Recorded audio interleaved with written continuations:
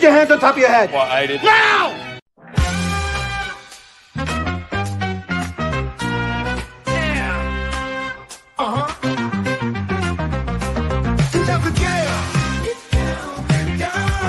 Here comes the jam. Getting down with the truth. The only way he knows how to. Girl, what's his name? We're calling the chief. You're damn right. He's gonna get that sucker. Yo, we track down the truth. You know what a track down the truth. You know what they call him. We call him the chief. You're damn right we do.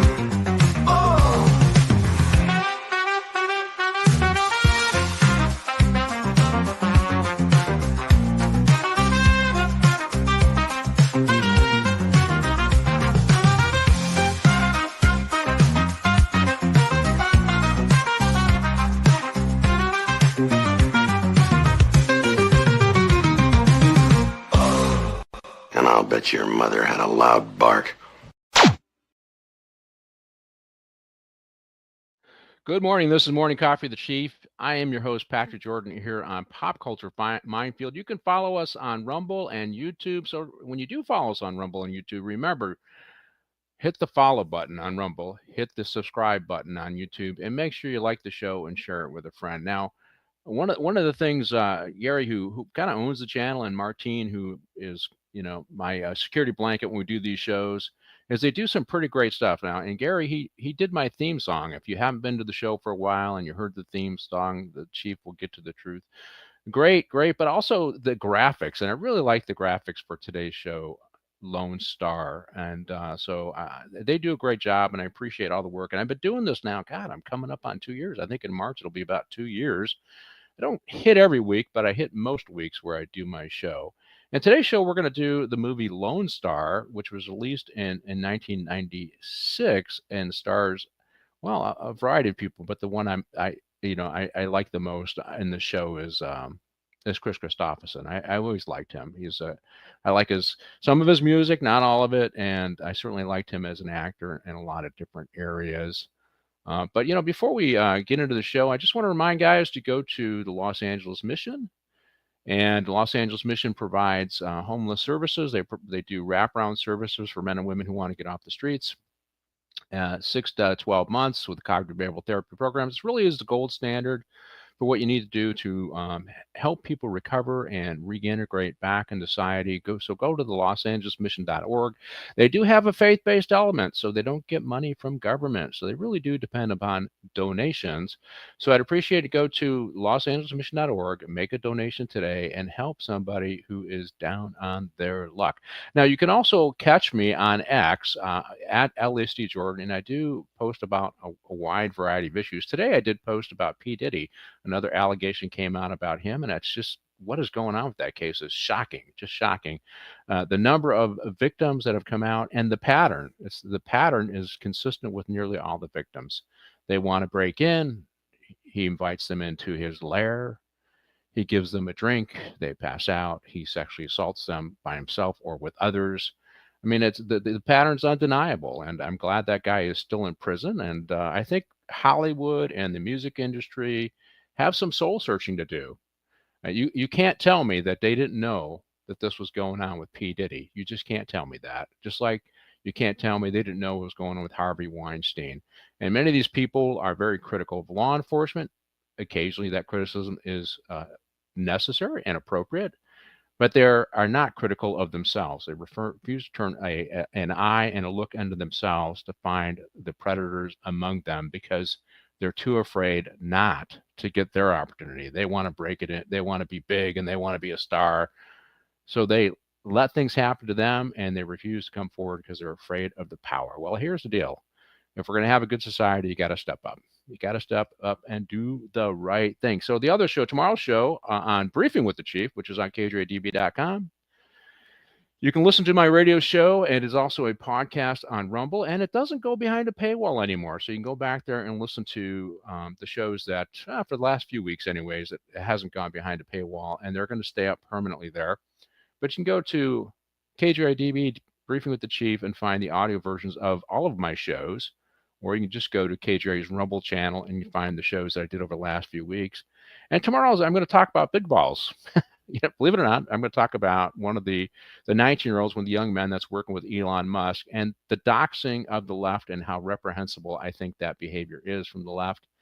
The fact that the only way they're going to fight back is to dox and shame people, it really bothers me. And here's the real issue with that. And I got a couple cops coming on here in a minute. Is, the left has said over and over again, we cannot hold men and women under the age 25 and younger accountable to the same level as those that are 25 over 25, because their brains haven't fully developed. But they got this young whiz kid that they're using to root out corruption and waste in government, and they're going to dox him. They're going to hold him accountable for everything he posts online because he's affiliated with Elon. They have zero compassion for him, zero understanding. They don't understand that young people are impulsive, they do dumb things, which is why in the criminal justice world, we don't hold them accountable like we used to. But the same Democrats who would argue for that lack of accountability will hold anybody on the right to the highest level of accountability, particularly if they're doing something they don't like, which is weeding out waste. Hello, Penny. Good morning to you. I'm glad you joined us on the show. So I got two great guests with me today. They've been on the show before. We'll go by rank. I have the former chief of Westminster Police Department and former commander on the Sheriff's Department, 30 plus years in law enforcement. Ralph Ornelas is joining us again. Hey, Ralph, you there? Can you hear me, Pat? I can hear you. There you are. Hey, good morning. Thank you very much. Looking forward to speaking about this movie and also being with Mike and Martin. Martin. Okay. Well, let's bring on the other guy. He's a retired deputy sheriff, somebody I worked with in a radio car. I didn't work with Ralph in a radio car, just as peer executives, but I did work with Mike Ascolese in a radio car at least once, probably a few times, and then worked the same streets as him at the same time. And that is Deputy Mike Ascolese, retired, 30 plus years in law enforcement. In parts unknown, he is a California refugee hiding out from the California tax man. Hey, Mike, how you doing? A little cold. It's about 13 degrees. Oh, yikes. Yeah. I went walking the dog this morning. She wasn't very happy. Yeah, I grew up in the Midwest, so I mean, there were days like that, and so my son was an Eagle Scout, and I was in the Scouts, and we did a winter survival course in January in the upper part of the lower peninsula of Michigan, and I got out of the Boy Scouts because it's too freaking cold to try and make flames with flint and the wool, how they do in the Boy Scouts. And I said, why am I doing this? I don't even like this. And then I moved to California as a young man. So obviously that experience traumatized me, and I wanted to go to a warmer climate. But you, Mike, are a slow learner, and you went to a colder climate. So, but welcome to the show. Good to see you. Good to see you. Well, hey, let's talk a little bit about well, you heard my opening, Ralph. I'll let you. I did some political commentary, Ralph. You want to weigh in? Regarding big balls or just budgets. P. Diddy, Harvey, yeah. Well, Pat, I like the fact you bring it up. Here we go again. The liberals allow this. They knew a lot what was going on with PD. I mean, look what's happened mentally with Justin Bieber. Justin Bieber, was in that realm, that world with P. Diddy. He was probably abused. And it breaks my heart, a young man with a lot of talent. But power and authority and how you use that and money influence as a young man to want to succeed. He probably was intimidated and compromised. And it really bothers me when these people in power, like Epstein or anybody, uses sex, to get compliance. I look back when I was a young deputy on 2400 module, and I would go down the pipe chase, and I remember a group of gang members had this one individual who wasn't a gang member, and they gagged him with socks in his mouth and bent him over. And you know something? What did they use? They used sex as a weapon to demean an individual and to rip the manhood of it from somebody. Well, these people in the music industry, or maybe in the movies and stuff like Epstein did, use sex. And I think it's horrific, and I believe and I hope P. Diddy and whoever else gets the justice against them, and they pay for that. Yeah, I'm glad that he they denied his bail yet again. I heard he was beside himself that he keeps offering up more and more money, and they won't let him out. Mike, you kind of floated on the fringe of the music and Hollywood industry. This is not unusual, but the breadth of these allegations, the clear indication that a lot of people turned a blind eye is evident, right? But these are the people that need to be turned in. These are the people who need to be prosecuted. It needs to be done because there's allegations that go back to the 90s, 30 years ago. It's horrific how many people have and are standing to the side and crossing their arms and not saying anything. It goes across the music business. It goes across the film business. And everyone's afraid because they want to make, a living and make big money out of it. And I've talked to some people that are on the inside, and, there's things they know, and they're not going to come forward because it can affect their career in a gigantic way. And we're talking people that make millions and millions of dollars. But if you don't get hired for the next job, what are you going to do? Be a politician? Yeah, I suspect that this is going to come out because now even the Southern District, they're not playing games when they file on you. They got like a 99% conviction rate, and they don't want to lose. Now that I think Trump has replaced all the prosecutors at these districts with his own, and they're going to dig into this. I don't think they're going to let up, and I think those people who are compromised are going to eventually get exposed. And there is a certain amount of currency where you have a lot of people reporting that gives it credibility, right? Each person adds a layer of credibility, even if they can't individually prove their own allegations. Bits and pieces of evidence come from different allegations to help make the case. Hey, but we're here to talk about the movie Lone Star. And, I'm just curious, what'd you think of the movie, Ralph? I loved it. I really did, and we'll talk more, but it kind of hit some parts home for me. And the reason why was my grandmother grew up in Devine, Texas, was about an hour and a half from Eagle Pass. And some of the stories that she told me growing up in Texas with sheriffs of corruption and racism, and this movie, Pat, it was a real good selection. It covers racial, discrimination. It covers corruption. It covers relationships, love, and why there was problems. It also covers politics in it. So, I mean, it had a whole, triple entendre in this movie. And I really enjoyed it. Well, this movie was released in 1996. It's a neo-Western mystery film, and the director is John Sayles, and it's about a town in South Texas, and it stars was it Chris Cooper, I believe. He plays the sheriff, and I like him. He was in Born Identity, I think, and he was in Breach too. He's in Breach. Yeah, it's more of a character actor, but in this one he's the lead. And we got Joe Martin, Elizabeth Peña, Clifton James, and Clifton James. I got to pick on him. We'll talk about him in a little bit. But the Matthew McConaughey, a young Matthew McConaughey, and but it's Kris Kristofferson. Boy, does he play a really good Adam Henry, right? He plays a really good asshole. Don't you think, Mike? I mean, come on, he played the part really well, don't you think? He was dastardly. I didn't like. You actually get mad at him, even though he's playing a role. He was a real pain in the ass. So, and I think, I mean, everybody did a really good job, but I think if I had to pick out a character in the movie that I thought was the best character, I think his. I think his was the most entertaining. I mean, obviously you figured out, that he's really just this corrupt guy, but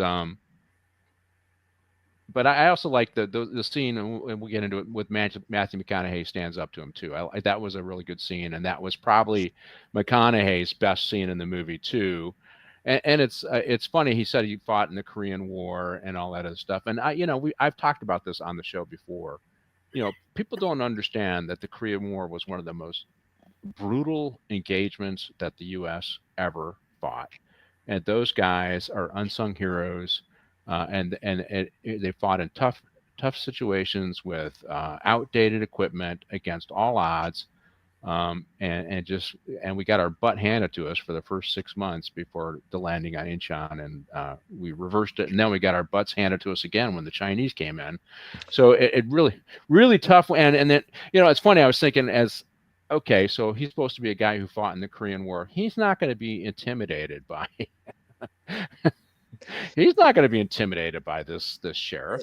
Not at all. Hey, Pat. I mean, if you don't mind me saying this, my dad fought in the Korean War, and my dad was in the 7th Infantry 32nd Regiment, and he lost his right lung. They lost 58,000 American soldiers, and my dad told me, Ralphie, that was the most violent. I mean, the Chinese, not Koreans, the Chinese were like ants just coming over the hill constantly. And you look at the 1st Marine Division on the west side of the war. My father was on the east side of there, and he said the Marines almost got wiped out. There's a great book called Desperate Soldiers. It was about the Marines, the 1st Marine Division. But I thank you for bringing that up, because I have my office a plaque of my dad with a bronze star and a Purple Heart. And thank you for bringing that up, though, Pat. Yeah, and and I like to do that because I was doing some research on some stuff. Dan Blocker, he played in. He's a Korean War vet. He was injured. He got a Purple Heart. And you never know these old Hollywood types.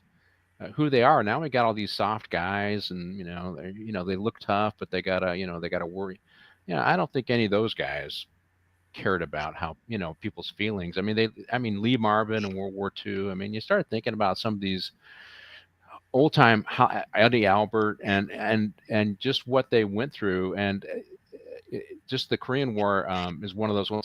It's actually, I was working at Transit, and I met a guy named Goldie Norton, and he was in Japan. He was in an occupation division under strength. And when the North Koreans went south, his division, I think it was the 24th Infantry Division, was sent over there, and they had a task force first to go over their brigade. And their job was to lose every battle, but to slow the North Koreans down. That was it. And they lost thousands of people. People got captured. They had a general captured. It's just this brutal and ugly battle. And he told, it's funny. He told me 2 stories. He told me about the sheriff's department catching him with his fiance, his wife, doing inappropriate things in Malibu in a car. Well, not inappropriate. It's what people in courtship do, right? And then he told me about fighting in Korea and what happened to his buddies. And that's when I started looking up what happened. And then I did, right above my desk, I have the Ronald Reagan Operation Serenade, right? I got something from Nancy Reagan. And I met a guy called Captain Jack, and he was a logistics guy, but he fought in Korea too. And he was a Marine in the Chosin Reservoir. And he talked about that. And I go, wow. And I never heard of that battle. I hadn't heard of the battle in Incheon. I hadn't heard about the battle of Chosin Reservoir. And I read those things up, and just brutal. And so I just talk about this because in terms of the character, of course, Matthew McConaughey, he's not going to be intimidated by some rinky-dink sheriff. And he just faced down thousands, hundreds of thousands of Chinese and North Koreans. So in terms of character development, that's what you got to think about, right? Pat, on that scene, I love the fact that Matthew McConaughey says it's a lot different when you look a person in the eye. You got to shoot him. Yeah. And that resonated Kris Kristofferson. You notice every time he shot somebody, it was from behind. Yeah, and he faced down the Koreans, he faced down Chinese. I don't know. I just it just kind of helped play to the development. So, Mike, Kris Kristofferson, you're the rock and roller. Me and Bobby McGee. He actually wrote that song, and most people don't know that. Janis Joplin is famous for it, and he sings a country western version where Bobby is actually a girl instead of a guy, right? Like Janis sings it. But great song, a good artist, right? I enjoy him as an artist, but I liked his acting more. I think I've seen more of his acting than I've heard his music. He did a Steven Seagal film, I believe it was called Fire Down Below, and he played a real rat bastard in that one too. And then you got the movie with Streisand song. Star Was Born. Star is Born. I mean, he's done some really good things. He was very good at acting, and I enjoyed it. But he was down and dirty in this one. Wow. Yeah, he's a veteran too himself, and it was interesting. I looked him up. He boxed and he played rugby too in college, so he's a rough and tumble guy. He can mix it up, I imagine. But hey, let's roll the first scene, a body, and this is where they got some guys out, some military guys on their leave time out checking out. I don't know, a range. Here's guys doing a metal detector, and they're just kind of I think bird watching, I think, and they end up finding a body, and this kind of kicks off the investigation, and then that leads to the whole story. It's the hidden secrets, Ralph. You talked about it. What goes on in a small town? It's the hidden secrets that this body represents, that are going to be uncovered during the course of this movie, right? Yeah, I think it's the way it starts off right away. It captures the attention of the audience about what direction is this going to go in, and who's going to be who they're going to find out at the end, who is really culpable in putting this body in the ground, and seeing the badge, the ring, the Mason ring, and so they give you a little bit of inclination about some physical evidence that may help reveal who this was. So. I love the way it started off, because it had you thinking in different dimensions, especially as when, Sam starts diving into it. I mean, I thought it really sets a good start for me. I really liked it a lot. Well, it's not an unusual thing, right? Body dumps in the Angeles National Forest, body dumps in Franklin Canyon, Mike. These things happen, and homicide comes in, the coroner come in, and some of them die by accident, but others are just body dumps, right? It's when you have these urban areas, for us, forests next to urban areas, that's where they get dumped. And this at the time, I believe, was a military rifle range, so there wouldn't be that many people going down range on this thing. So the likelihood of finding the body was slim to none, Mike. But hey, body dumps in remote areas happen all the time, right? Yeah. Well, hey, it kept us employed. Say it again. It kept us employed. yeah, it did. Well, definitely the homicide guy and the forensics guys. Now, if this was a TV show, they'd have this solved in 30 minutes, but that isn't the case. I mean, now we have DNA, so it helps it. But they find a badge, so it clearly indicates it's likelihood it's a cop. Here's a guy disturbing the evidence, and they find the ring, right? So that leads you to it. But it also, I like how the movie does flashbacks. Do you notice that? Yes. That Sam is asked a question and then it flashes back. I thought they did that really well, and it made the storytelling. Well, it made it fun. It made it enjoyable. What actually happened. I'm uncovering these secrets one witness at a time. Some are opening up a little bit. Some are opening more. Some are still protective, and that's the small town and hiding what's going on, right, Ralph? Yeah, I agree with your position you stated about going the flashbacks, because as incrementally Sam starts diving into this, which some people probably talking him out of it, especially Hollis, and was trying to talk him out of that. Hey, let it go. Your dad's image, he was great, and let it. But the other thing I was thinking about, us being cops and people listening and watching right now.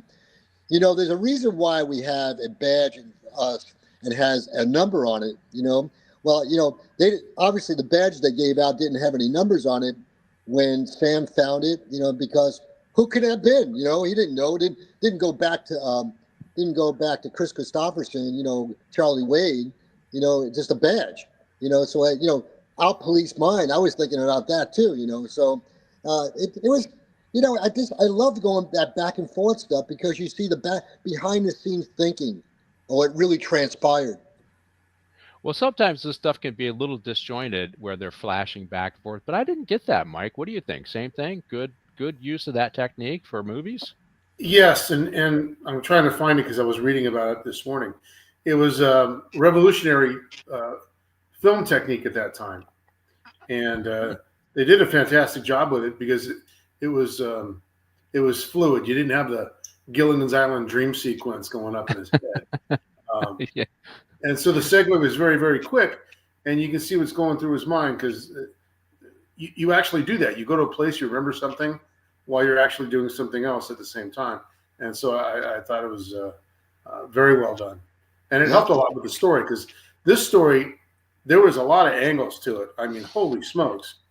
Yeah, I think I put the description when I posted it on Facebook, and it's the story of corruption in a small border town, but intertwined relationships.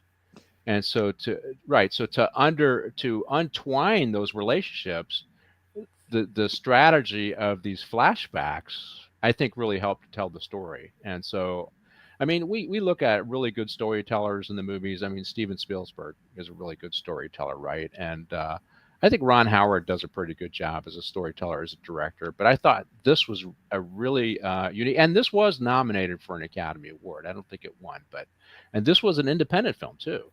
Right. You know a little, Mike. You know a little bit about Hollywood. So independent films is small budget, probably non-union, and a lot of times the movies are incredible in their own right. I'm very much a big Billy Jack fan. We're talking about the old independent movies, and most people don't know there was actually 4 Billy Jack movies, but this one was good, and like I said, the technique with the filming was great. And I got to go back to something you said about the ring. It was a Masonic ring, correct? Right. Yes. Yeah. Which completely didn't go along with the character himself. Because a man wearing a Masonic ring doesn't act the way this guy did. Yeah, but Mike, in a small town like that, when you get that much power and authority, they blessed him with a ring because he was shaking people down. He was intimidating as hell, Yeah. Yeah, it's true. It's true. Well, I don't want to connect the two in a negative way, but our sheriff that I think we all worked for originally, Sheriff Block, was a Mason, so I remember correctly. A Grand Mason. I don't know all the ranks and stuff, but I think he was pretty high up there. So, and but I don't want to connect you though. Our sheriff wasn't corrupt like this guy was, and but we need to frame this a little bit, right, Ralph? So your grandma grew up in a small town. Yeah. So what are we talking about? 2, 3 deputies for a small county. And surprisingly, if you look at Texas, it's like every founding father had a county named after him, and they got 100 counties, and some of them are really small, right? So you don't have big sheriff's departments, and you don't have big police departments. Yeah, Pat and Mike, it's really interesting. When I was thinking about I was watching this, it brought me back to the stories of my grandmother. She grew up in Devine, Texas, and she was a Mescalero, Apache, Indian, Mexican, And the interesting, it was kind of.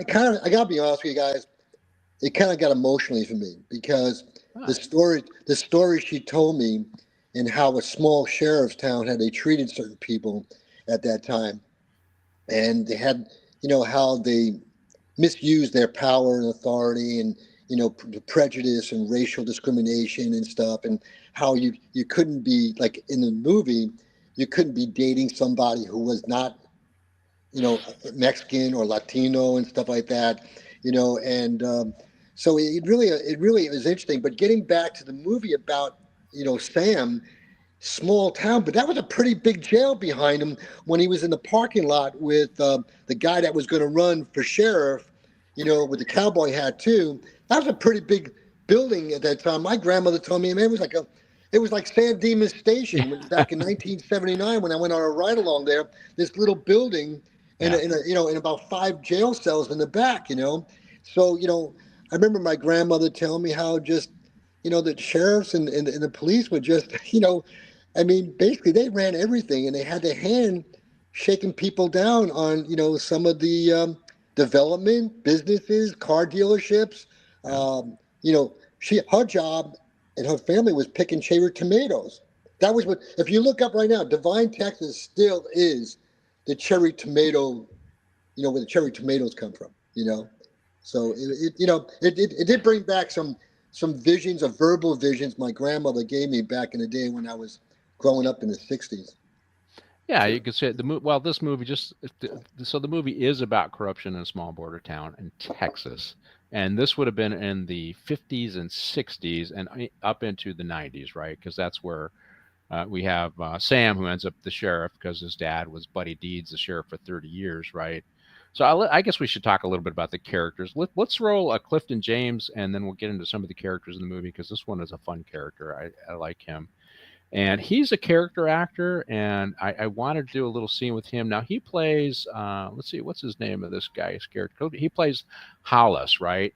And he's one of the deputies way back in the day. Now he's the mayor of this town, and he tells the story of what happened between Buddy Deeds, this is Sam's dad, and our bad sheriff, Kris Kristofferson's character, and he sticks to this one, and obviously Sam thinks that he's lying. He thinks he's not getting the whole truth, and everybody is kind of not telling the whole truth to Sam, right? And we do find out that Sam has some issues with his dad. He's got some daddy issues. His dad was, for good reason, not letting him date a particular lady, and that caused a rift between the two. And but anyways, what I liked about Clifton James, I think we got a pic of him in another role that we'll show right after this clip, and he played the Louisiana sheriff in Live and Let Die.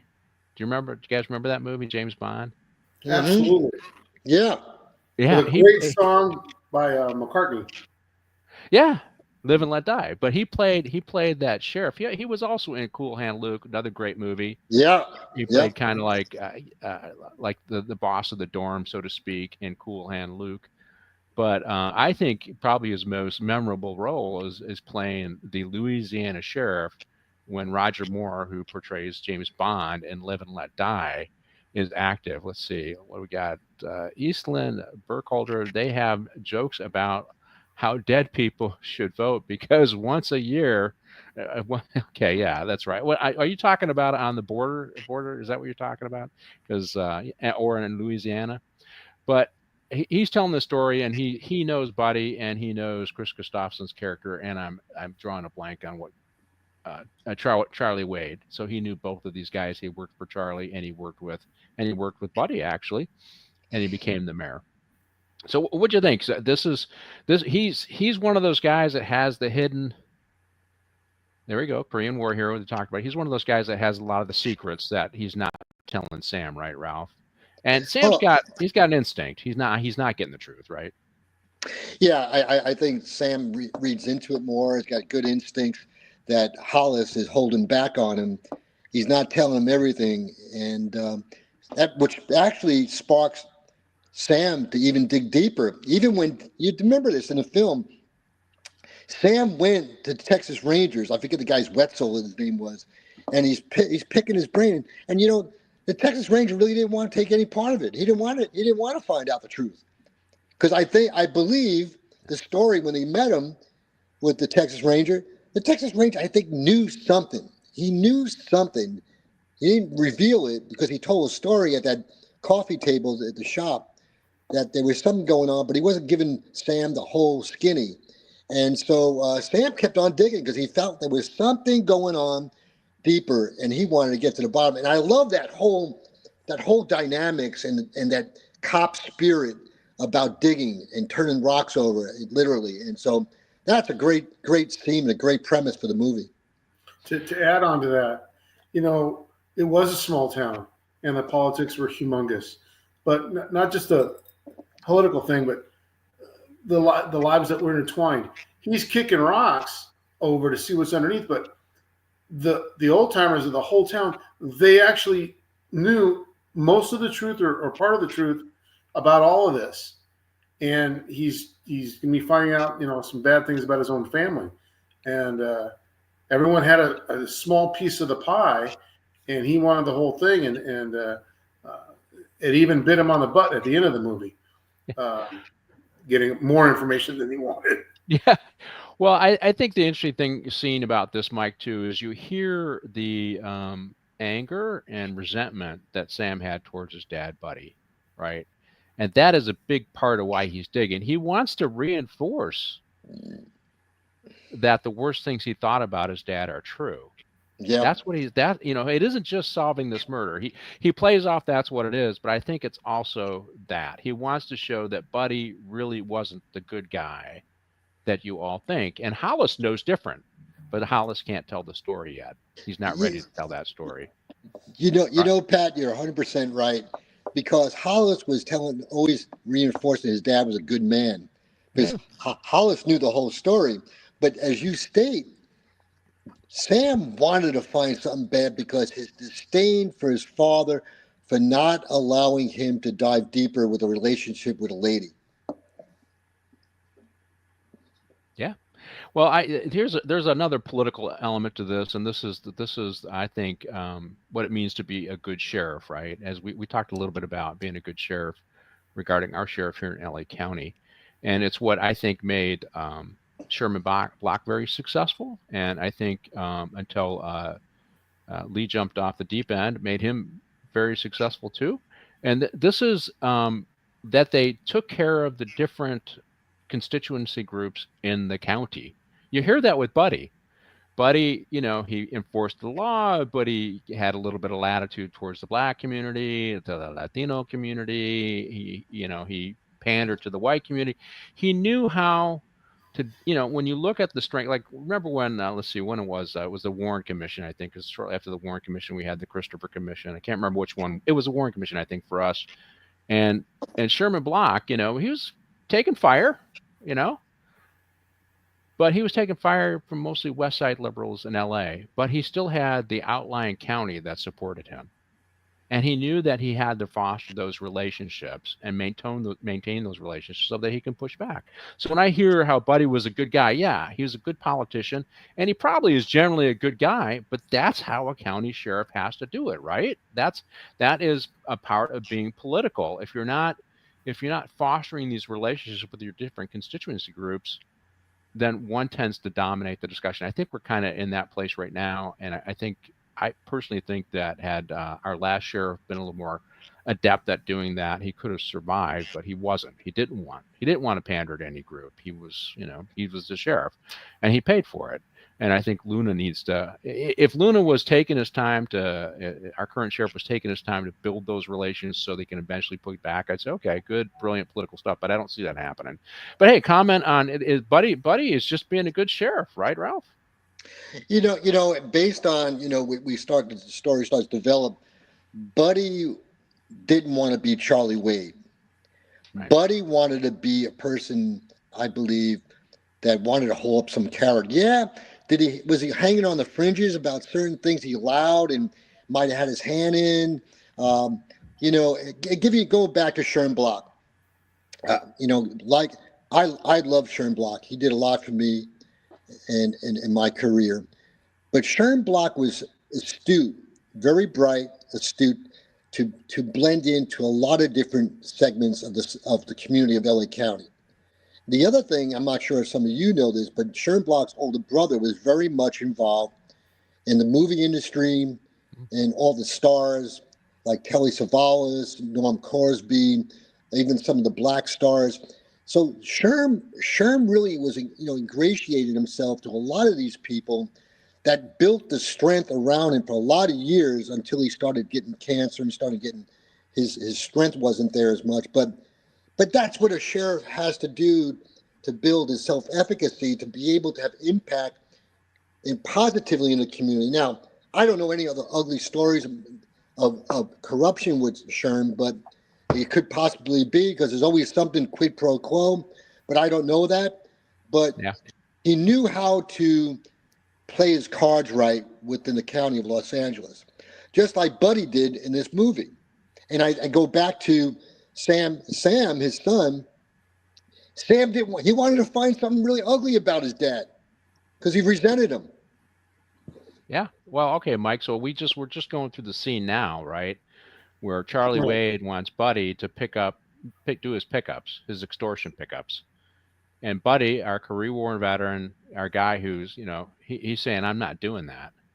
And this is where the conflict between these two guys. I'm curious. They don't talk about how he got fired or how he got hired, but Charlie Wade says you're fired or whatever. And not a soul in this county isn't sick to death of you, right? So he's giving it right back to him. And Hollis is in the room and he's intimidated, right? You see that in the scene. But I'll just do some of the things. I'm not picking up one of uh, your pickups. I noticed the old guy says, "You're a dead man." That's what Charlie Wade says to him. There you go, right there. You're a dead man. So talk about the scene, Mike. This shows the character of Buddy, right? Correct. And you said before, it was one of McConaughey's better scenes. It really was. Here's a guy who just got home from fighting, defending his country. He's got that spirit in him, and he's not taking off this crusty old bad guy. The cop's a bad guy, and he's very much standing up to him. I don't know if I necessarily would have done it as a cop sitting down, especially when the other guy's got a quick draw holster. But he wasn't taking any guff off him. And obviously what happens to Kristofferson's character happened right after this. I mean, he got taken out pretty fast. Yeah. I thought McConaughey was great. I wish he'd have been in more of the movie. Yeah. Just because I think he's a great actor. To see as they start uncovering things, to see him tarnished a little bit because of politics, I was sad about, because he was a guy I would have aspired to be in the beginning too. But some of it does rub off on him later on, and even the secrets, even to the end of the movie, where they should have done the dueling banjos at the end of the movie. Well, I will say, I mean, just to comment on Eastland's comments, one of the guys that's watching the show is, low pay many times translates to corruption, right? We see that in New Orleans, right? And that doesn't surprise me. When I looked at what some Southern cops and sheriffs make, I was really stunned. I mean, corruption can happen anywhere, but it's more likely to happen where you're not compensated. Well, that doesn't justify Charlie Wade's behavior in this, because he's got his fingers in everything, and it's not about feeding his family; it's about enriching himself. But he wasn't even taking large amounts of money, because the people didn't make that kind of money. Yeah. It was nickels and dimes. Even the gambling thing, they were playing for bupkis, for a couple bucks. They still want a piece. And you're right. And you could tell part of this is about power, right? I mean, before we started the show, we talked about P. Diddy, and that's about power too. With Charlie Wade, this is a little bit about power. Martine, do we have the picture of Clifton James, the character actor for Live and Let Die? I think I sent that to you. If you got a chance to load that up, I just wanted to look at it, because we got another great character actor that I want to talk about in just a minute. Do we have that, Martine? That's no. You're talking about New Orleans. No, not at the moment. Yeah, well, check your emails. I thought I sent it to you right after. But anyways, if you find it, post it up there and we'll talk about it. Okay. But one of the next character actors is the Colonel. He ends up, and it's interesting how they weave the different racial themes of the time into the movie. How they weaved, because I was a little confused on the whole. All right, the military angle, there's a military town. It's a big part, it's going to close. And I didn't understand. Well, yeah, except, I mean, it was pretty good. They weaved this story in about racism and the Black community and how it played into it. You don't find it out till later how it played it. But also, it's an interesting one, because it's another theme of son resenting dad in this town. So there's this theme of that, right? These two sons, one is the Colonel, and this is Joe Morgan is the actor, right? And he's one of those guys on the Marvel series, right? He plays Sylvester Stone or something like that in one of the Marvel series. And I like him. He's a great character actor. I really like him in the movies. And I don't know, any comment on him, Mike, as an actor? Are you doing any research on him? I don't have my glasses on, can't see squat. I do remember I do remember reading something on this where the actor who played the son was actually 18 months older than the character of the father in the movie. I guess it's genetics and how good you can look. Genetics, how young you look. I know. Yeah, Yeah. he takes good care of himself. But I also like his name, Payne, Colonel Payne. Because Yeah. he's I think some of his trooper would say he's a pain in the what. But yeah, Colonel Payne. And wasn't there a comedy out there where they had Major Payne and it was Major pain. yeah, and so I thought, oh God, I wonder if he even thought of that. But he plays Colonel Delmore or Del Payne, who's related to the bar owner, and he has a not a healthy relationship with his dad. It sounds like it's mostly his fault or his mom's is the divorced mom's fault. But another theme, and also you end up seeing a frustration between a daughter and a mother. So there's these interfamilial family kind of dynamics that play out in the movie too that get told at the same time, which actually kind of make it a little more interesting, right, Ralph? It kind of, as you said, it just reminded you of your grandmother growing up on a border town too, because you know who you associated with, who you interacted with, who you were allowed to interact with. That all kind of plays out in the movie, right? Yeah, that's why when we first started out, I mentioned a couple of things like this whole thing's about racial prejudice, corruption, relationships, and I like the way the director put that together. You got Mercedes with Pilar, you have Sam and Buddy, and you got the Colonel with Joe. I think his name is Canada, Ron who Canada. plays Otis. I found that so enticing. It grabs you because it's real. It's real what really happens with families, and I like the way he put these three different families together and showing the evolution of this whole thing through the movie, and even the grandson of Otis being in the bar that night when somebody got shot, and he knew that was his grandson, and kind of guided him. And I also like the fact that when the colonel did go to the bar and talk to his dad. And then later on, when the colonel went to the house and talked to the dad's new wife, and I like that little bit of mystique, and then it's revealed. They did a good job of that. They did a real good job of that because that's real life. Yeah, and you didn't know where it was it wasn't predictable. You didn't know where it was going to go or why this anger and resentment. And then it came down to some really basic things, right? His parents had got divorced, and mom kind of did the parental alienation trick on the son, and so the son saw the dad was all bad, and and didn't have a relationship with him, that's a real life story that plays out, and tons of families, right, Mike? You've seen people get divorced, and one spouse alienates the kids against another one, right? What Rob was saying, when he went into his dad's house and he sees that wall that was just dedicated to him and his past. Here is this guy who's gone very far in the military. He's got a lot of education and background stuff, but gosh darn it, he's not seeing the whole picture again. And now he sees another dimension to the picture. His dad was always there.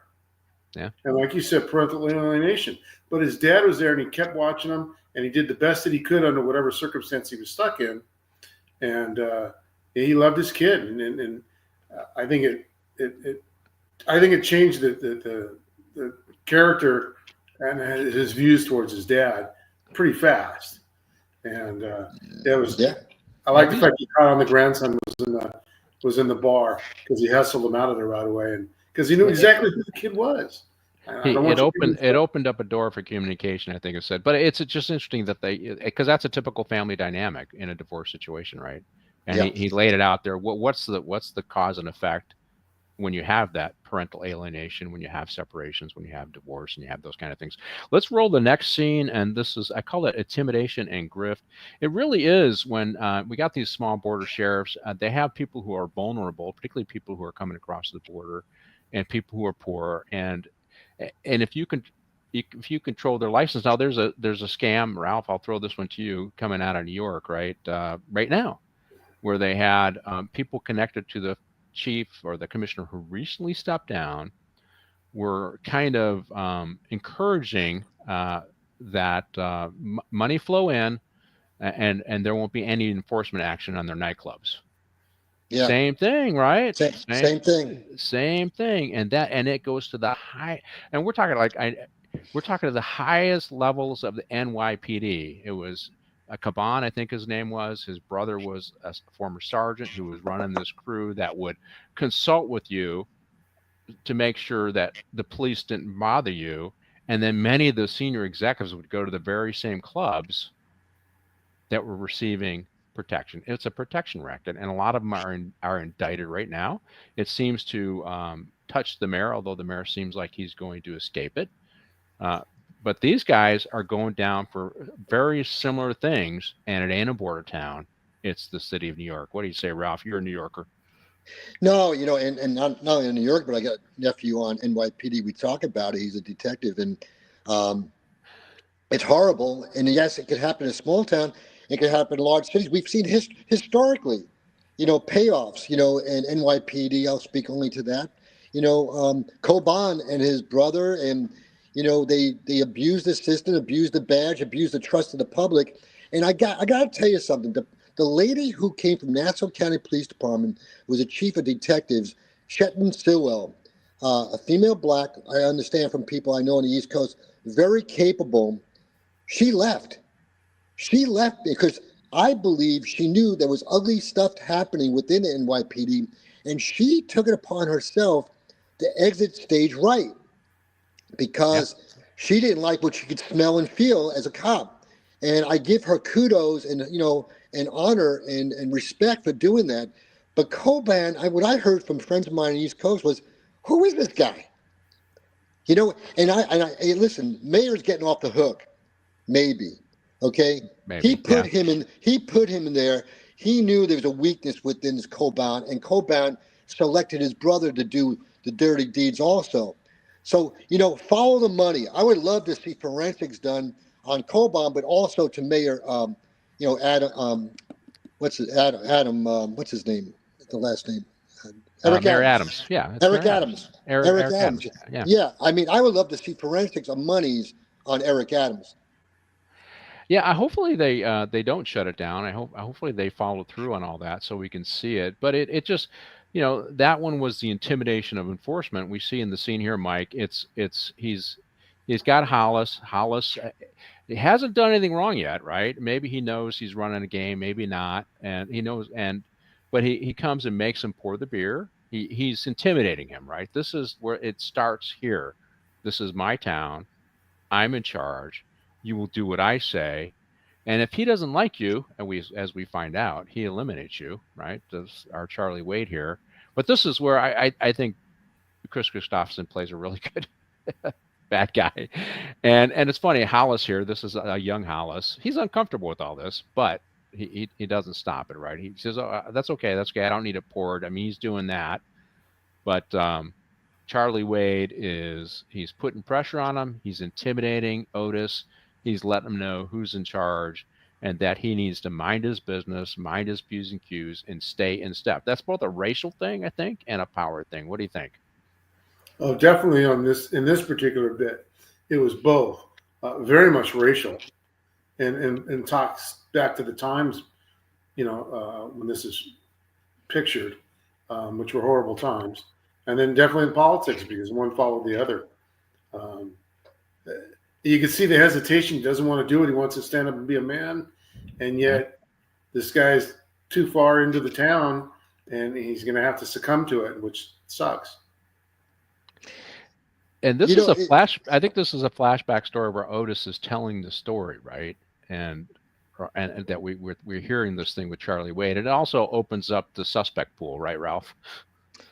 Yeah, can I just comment on Hollis's character in this movie? Yeah, sure. At this point in time in the movie, we all could see that Charlie Wade treated Hollis as a bitch, but what he saw at that time was Hollis's weak personality, and he took advantage of that and he treated him like his butt boy. And as we all know later on in the movie, I think Hollis said, "I had enough of this fucking shit." But I just think that Hollis, acquiesced so much to Charlie because he was afraid of him. He was afraid of the violence that Charlie he saw him personally witness him act out.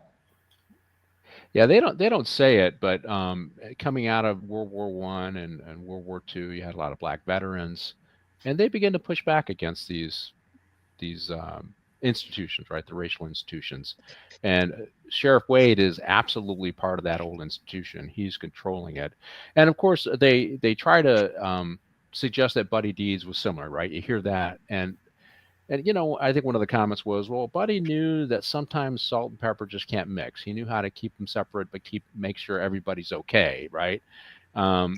You can say that's racist or not, but it's definitely different than intimidation. It's accommodation and appeasement to some degree to different communities versus straight out intimidation that we see with our really good bad guy, Kris Kristofferson. This is, I think, the scene with Matthew McConaughey was really good, but this was also a really good scene with Kris Kristofferson. What do you think, Mike? Anything with Kristofferson in this movie was great. The quick draw he does, I love that bit. But he wasn't. He didn't have to be physical. His torture and control was mostly mental. Yes. And psychological, and he didn't have to be a brute as far as physically. He sure was a brute, psychologically, and but eventually, that ended very quickly. To save another life, and I thought he got his calling by getting buried out in the desert. I thought it was fantastic the way they did it. Let's just bury the problem, and that's what they did. I think we got. Let me say the second favorite movie. I think that the difference between Charlie Wade and Buddy was a diplomat in a way. Yeah, he was a diplomat where Charlie, you mentioned Mike. His brute force was actually they knew he killed people. That kept on surfacing all the time. Yes, it's mentally, but they also knew the end result was a few times they commented through the movie. He did put people in the ground, so it's mentally, but also it was his acting out to completion of a murder. But he was cowardly about it. Absolutely, and that goes back to the comment of Matthew McConaughey. He goes, "It's not that easy when you look somebody in the face." Yeah, Chris, it's a very good movie. Hey, listen, so one of the things that I didn't show is that Mercedes has a nice Pontiac, and one of the younger guys says, "Hey, that's a nice car." Now I grew up in Detroit, so I had to point that out that they really like the clean Pontiac, and she's the Latina who made it big in town, and she's doing well. We find out why. But we got one more scene. Let's roll the scene. The Colonel, my son, the Colonel Payne, and where we see we get a little more in the dynamics of Hollis and his son, Colonel Payne. Here's Colonel here. And it's interesting. Hollis is into Black history and the Seminoles and the slaves who went down to Florida and joined the Seminoles to fight the U.S. government at the time. He's into the art. He likes sharing that. And so he's a student of history, his own history. And he kind of gets along to go along, right? He likes Buddy because Buddy allowed him to thrive, right? He may not like everything that Buddy did, but Buddy allowed him to thrive and unmolested.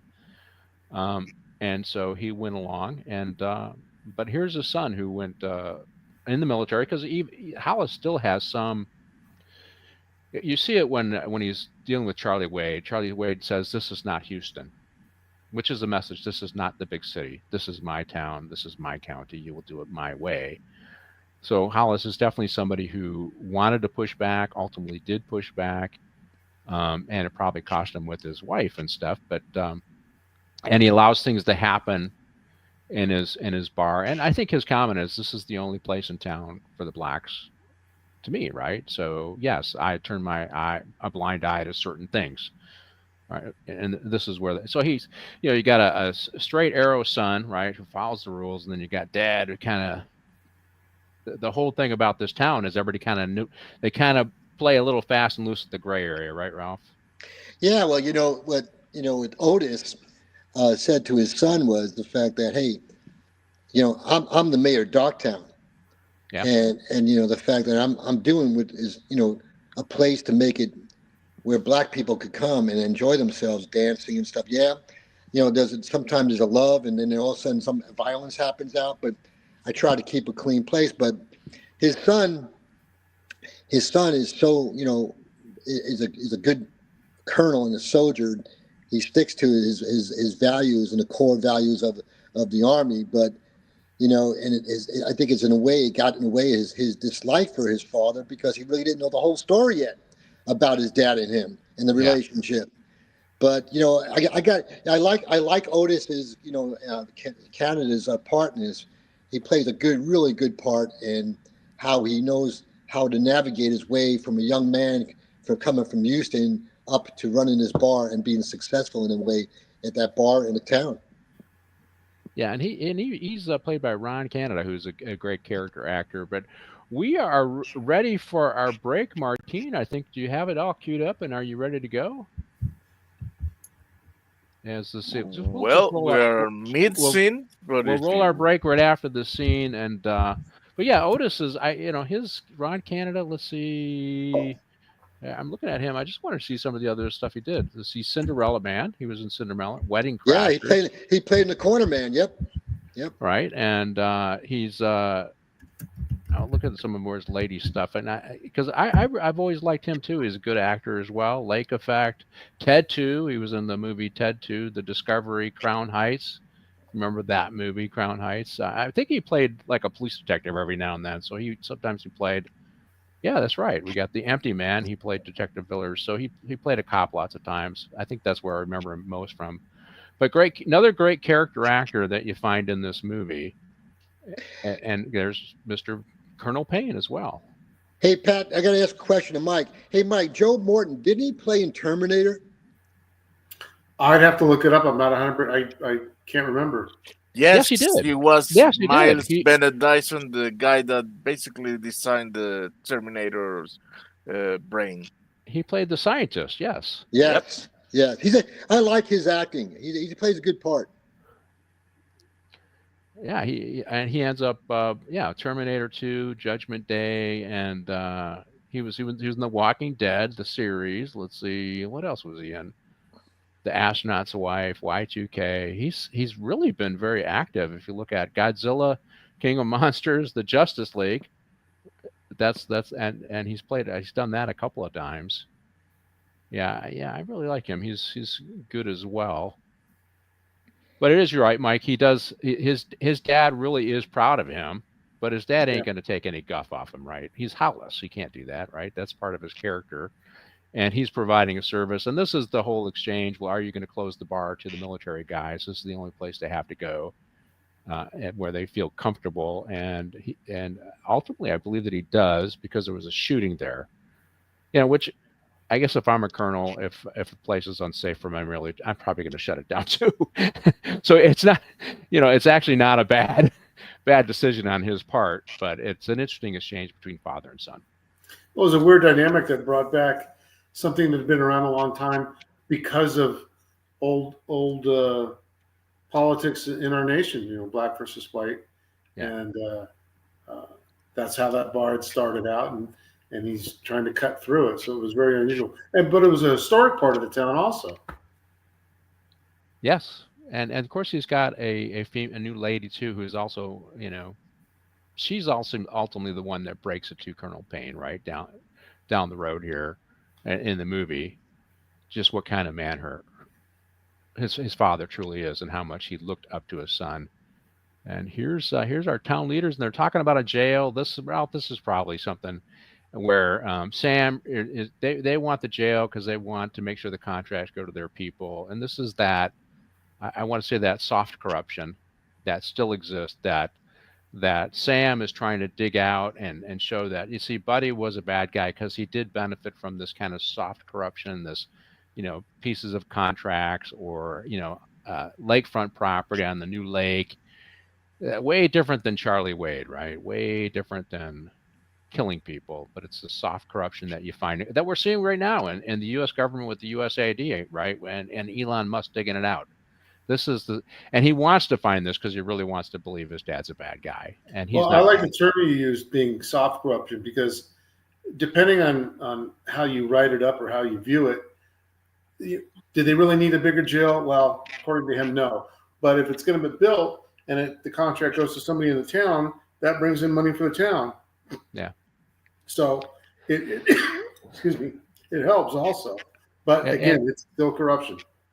They can also rent beds to ICE. So there, I mean, obviously there's a way to make it profitable, but Ralph, this was Sam looking for ways to undercut the reputation of his dad too.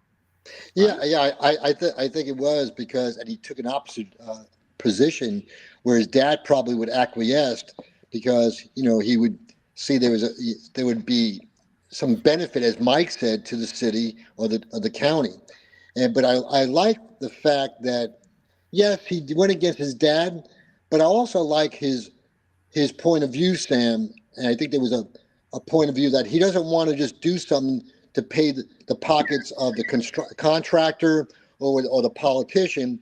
And, there you go again. A sheriff has to stand up for what he believes is right for the people in the community. And right or wrong, but guess what? He might have had a personal vendetta against his dad, but it was also a side of him, too, that he wants to do the right thing for the community and the county. What's the one thing that the sheriff doesn't have in all the scenes? What's that? He doesn't have a gun on him. He's not wearing a gun. Yeah, that's that's. I think that's just liberal storytelling. You wear a gun, right? I mean, it's just that's your job. You got to be ready to. But it gives the perception that he doesn't have to because everybody loves him. Well, I know that one sheriff. He was carrying a laser village gun. So, all right, I think we're ready for our break, Martine. Let's roll the break, and we'll see you guys in a couple of minutes. Okay. And Morning Coffee with the Chief. There's only one location on the internet where you can get it all: movie, TV, and comic industry. News and rumor analysis, official scoops from Geekosity magazine, reviews, and interviews. So, when you need it to be Sunday, there's only one place to go, mate. Pop Culture Minefield, where they're always talking nerd stuff. Right, jog on then.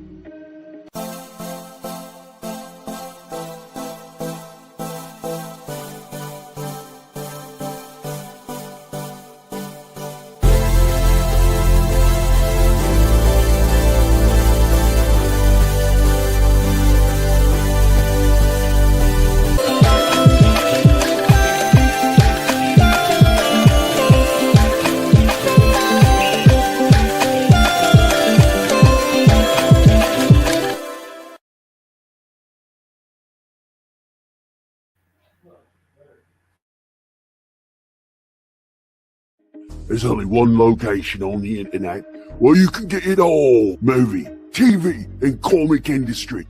News and rumor analysis, official scoops from Geekosity magazine, reviews, and interviews. So, when you need it to be Sunday, there's only one place to go, mate. Pop Culture Minefield, where they're always talking nerd stuff. Right, jog on then.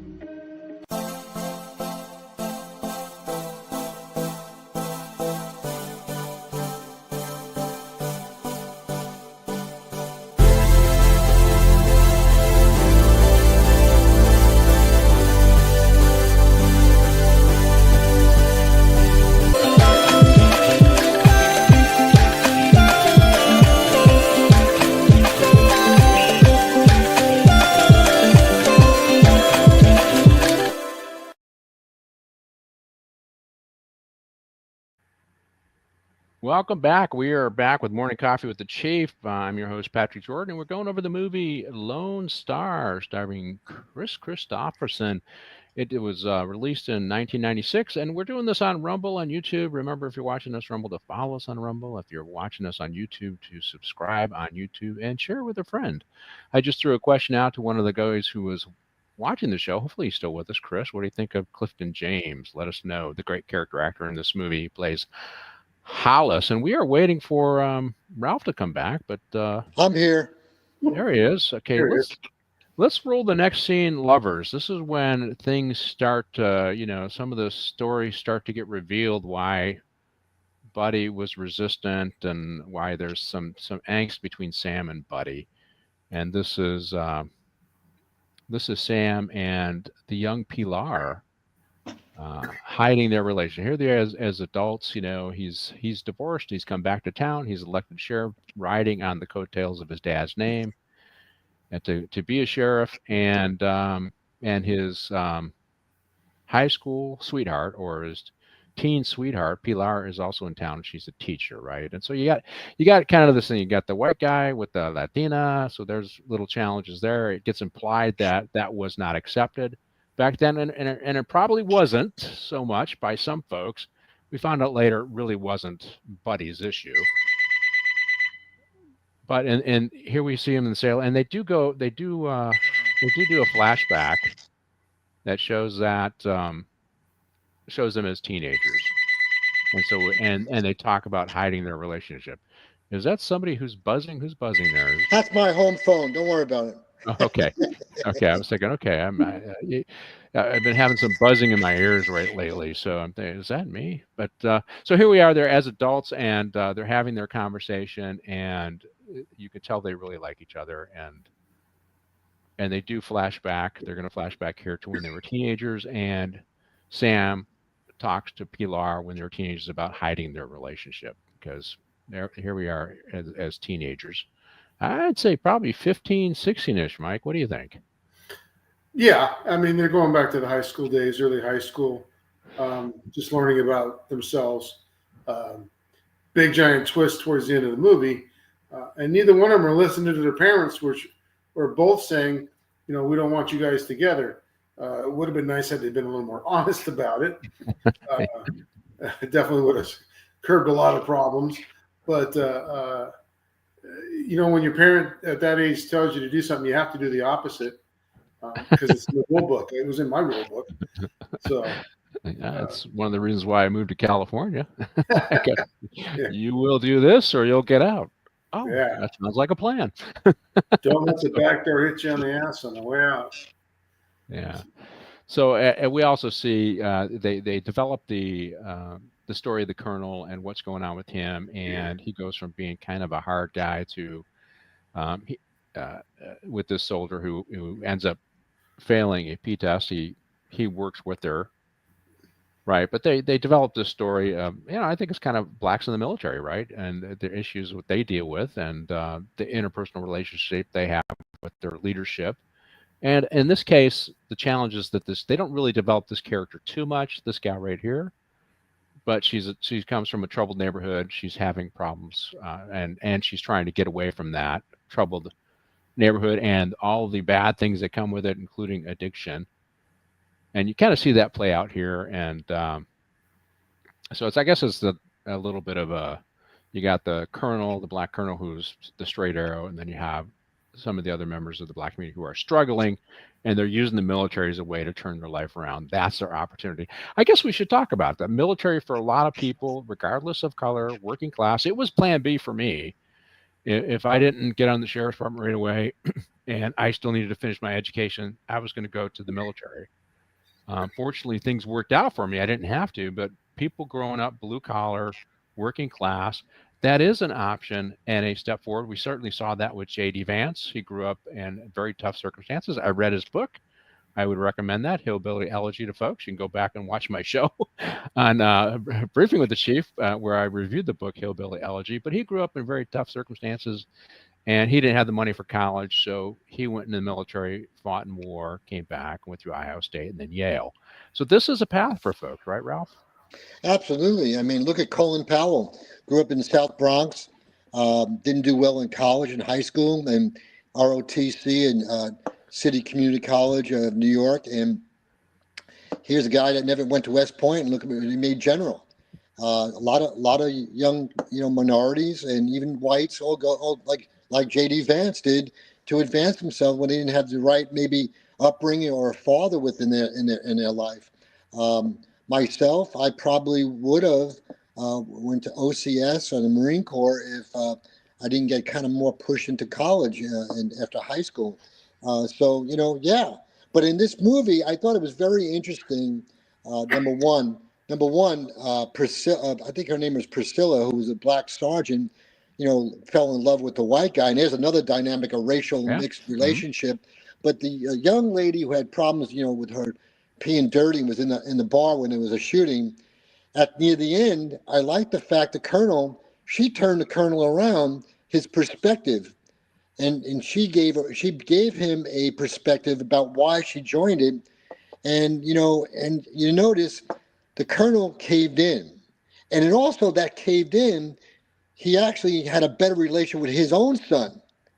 So, there was I like the whole, the script and the dynamics of that part, because the colonel kind of changed his perspective with his son, where the son thought he had to go into the military, and his father gave him the green light, do what you want to do. And, and so I think it was very, very, to me, it was kind of a touching moment, but a validation that the colonel did grow in his own character, in his own position, from interacting with his own father, who he disdained after he learned his father really cared about him. Yeah, I think sometimes people who reach really high, it's maybe insecurities, and so they deal with their insecurities by being perfect, and they lose a level of compassion. I did want to. We do have the picture, I think, for Clifton James ready. I think you have it, Martine. I think you said let's show that, just because I would just want you guys to see it. Here he is. Remember that face? Yeah. You remember him from Live and Let Die, and then he was in the follow-up movie. I forget it. The Man with the Golden Gun. I think he's Man with the Golden Gun. He's in Asia, and he runs against James Bond. And he knows he's a spy, and if you haven't seen Live and Let Die and seen the great acting by Clifton James, I recommend that you go back and see that, because he does a really good job. And character actors, many times they make the movie, right, Mike? Absolutely. You got your main actors. All these movies. Yeah, we forget the names sometimes, but absolutely. Is Mike there? I'm right here. Somewhere. Hey, Pat. Yes. Hey, Ralph, go back out and come back in. So okay. And so anyway, so Clifton James. But here's some of the other things I wrote down before we get into the next scene. It's that he finds out that he's talking to somebody. One of the inmates comes in and he's cleaning the sheriff's office, and he finds out that the inmate had worked on his dad's house. So he's still looking for that soft corruption, right? He's still looking to, there you go, so he's still, Ralph, I'm talking about the finding out the inmate had worked on his dad's house, and Sam is still looking for that. I got to have reasons to hate my dad, so I found this out. That's one reason. That's corruption, right? Okay, well, in the 60s, not so much. In the 90s, yeah, probably more so. And that's it. That the thing is things evolve, right?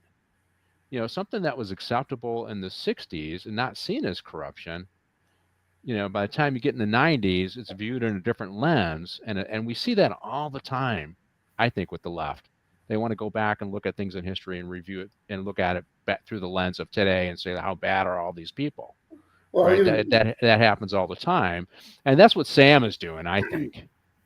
Even you're talking about that, when a cop takes something on the arm, it wasn't viewed as such a big deal. And then you look at a different light, or even in your guys' cases from above, you guys promoted, it looks wrong. And again, another soft portrayal of it. But, it starts somewhere and can go out of control or stop. Well, McDonald's went half price in West Hollywood, right? I think, if I remember that correctly. And I never ate there. And it wasn't so much, I just didn't want McDonald's, but a lot of guys, they would go there and get their half price, burger and fries, right? And some of the nicer restaurants, if you went once in a while.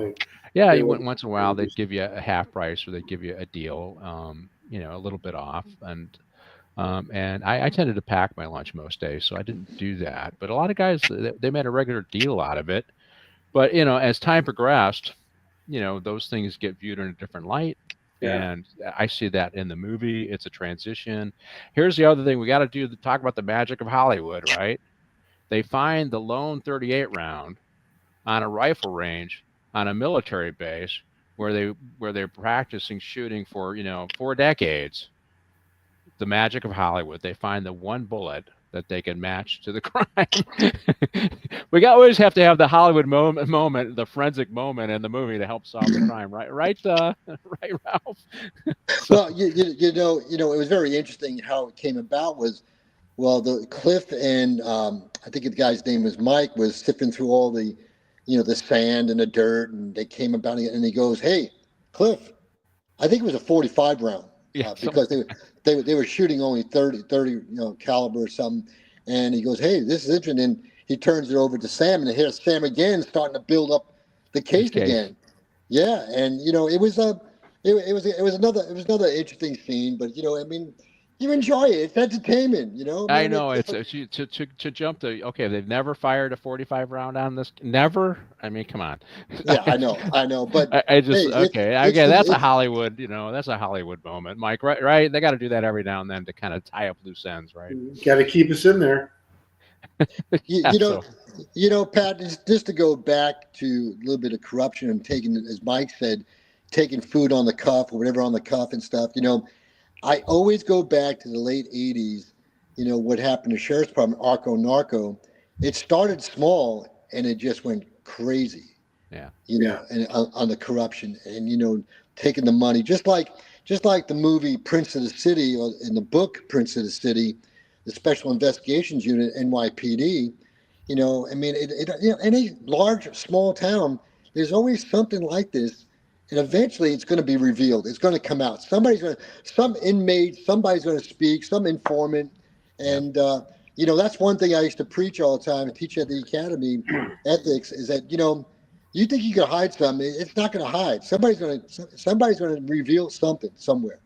Well, and you just said the magic key. It was almost always an inmate or some bad guy. I was always where that boat leaked. Yeah. All right, let's roll the next scene. Rio County Sheriff, and this is where I think we find that Charlie Wade is actually a serial killer. So let's roll that scene. And I think this is, or maybe we pass it up. But we have as usual on the border, right? We're going. Sam goes across the border and talks to somebody about a murder that happened and how the wife, I think the husband of Mercedes is killed. And he has got a little cottage industry where he's smuggling people across the border. I forget his first name. Eladio. And yep. And he's changing his tire, and Charlie Wade hears about his little scheme.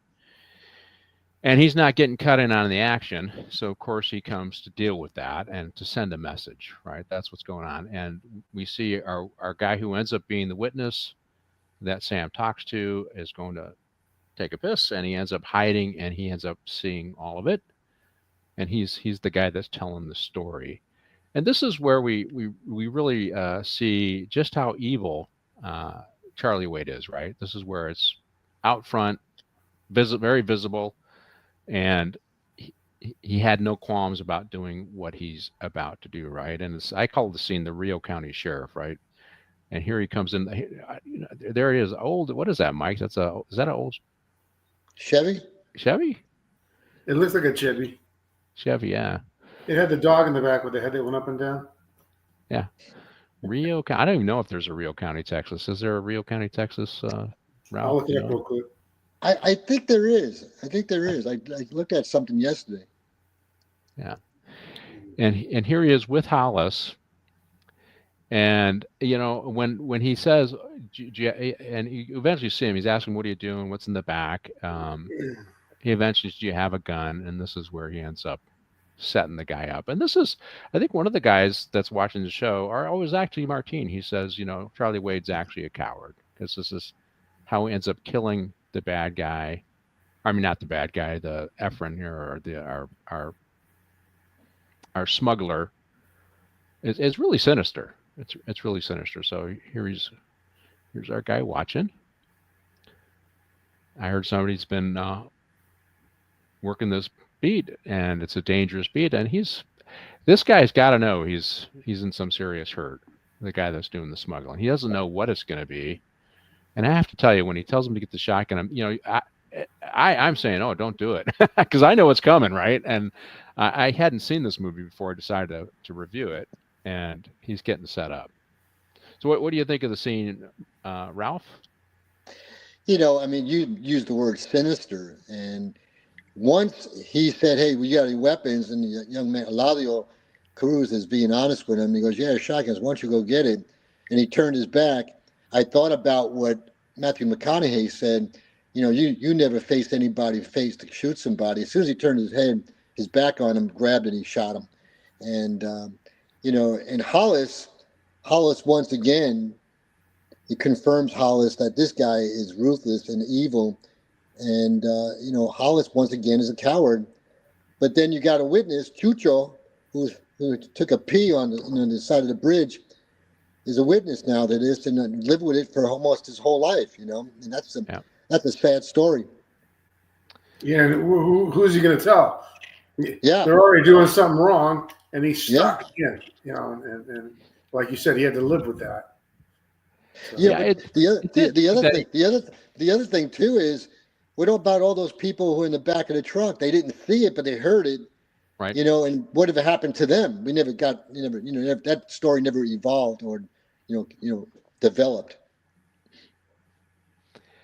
The interesting thing about it's interesting because we got Charlie Wade, and he hires the deputies, and he hires Hollis, who's skittish. Here he is; he's going to execute this kid, and he hires Buddy, who is strong-headed. You would think that these scrub sheriffs would already have the guy that they want picked out, right? And how do you pick these guys that have a real problem with what you're doing, right?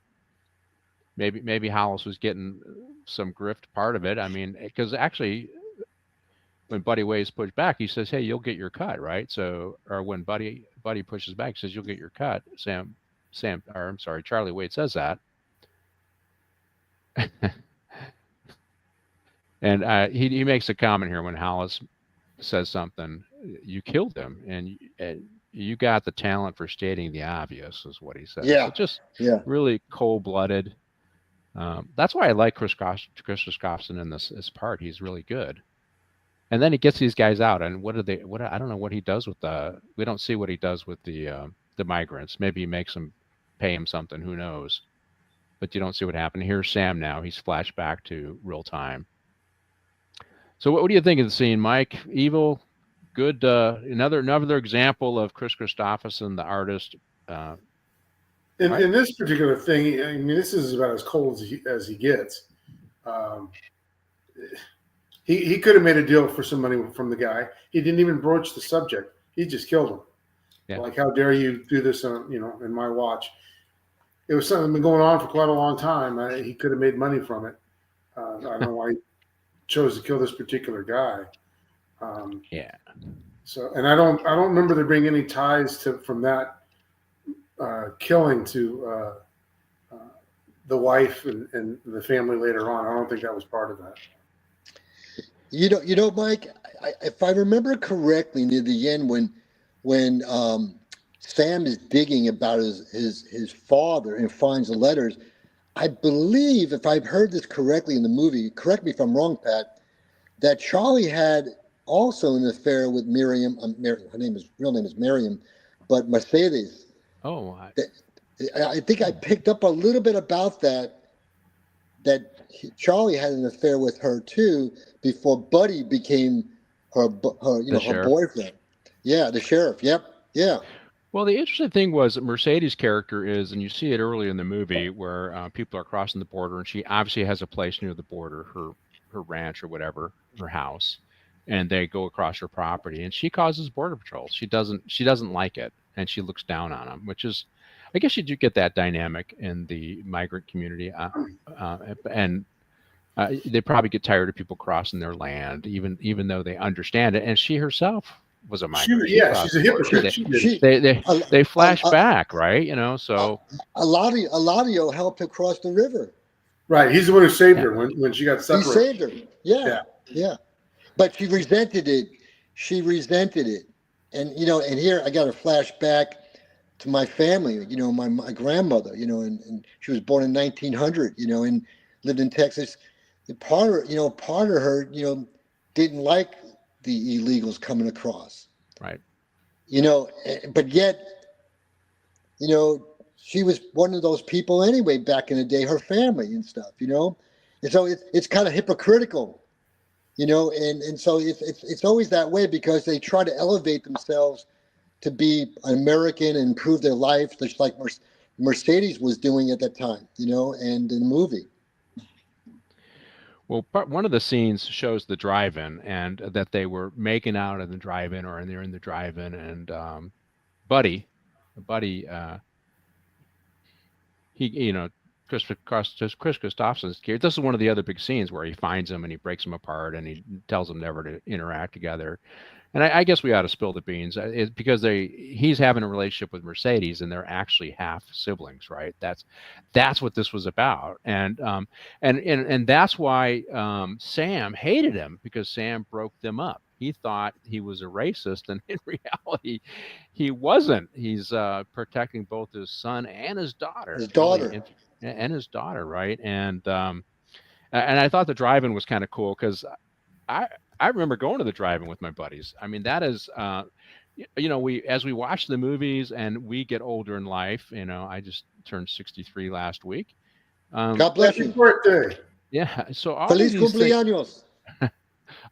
February 4th. So yeah, here's the thing. All the things that we experienced with kids, today's, they wouldn't look at this drive-in scene and understand it because they've never been. Right. I used to love when I was dating a girl going to the drive-in. We didn't sit in the front seat; we sat in the back. You got a better there was a picture movie there. Right? You playing? can see the movie better there, right? Well, that's what the old Buddy was concerned about. Some backseat movie watching, right? So Matthew McConaughey. It's really interesting in that part when he was walking with his partner. I don't know, it's Hollis, I guess. And they're walking through, and he knew his son was at the drive-in, and that's what he was searching for with that light, flashlight and stuff, and he yelled to Hollis, "Take her home." Yeah, well, we're obviously I grew up in a major metropolitan area. If you're going to find me at the drive-in, that's going to be pretty hard to do. But when you're in a small town, and the teenagers really and young adults only have one place to go to escape home. The Dairy Queen and the drive-in, right? That's it, right? And so he knows where to go, right? That's right. Yeah. Mike, drive-in? Oh yes, very much. And I'm taking the fifth on the rest. I did find out though. Hey Mike, the statute of limitations right now, brother. Well, hang on, I got the theme song coming. Wait.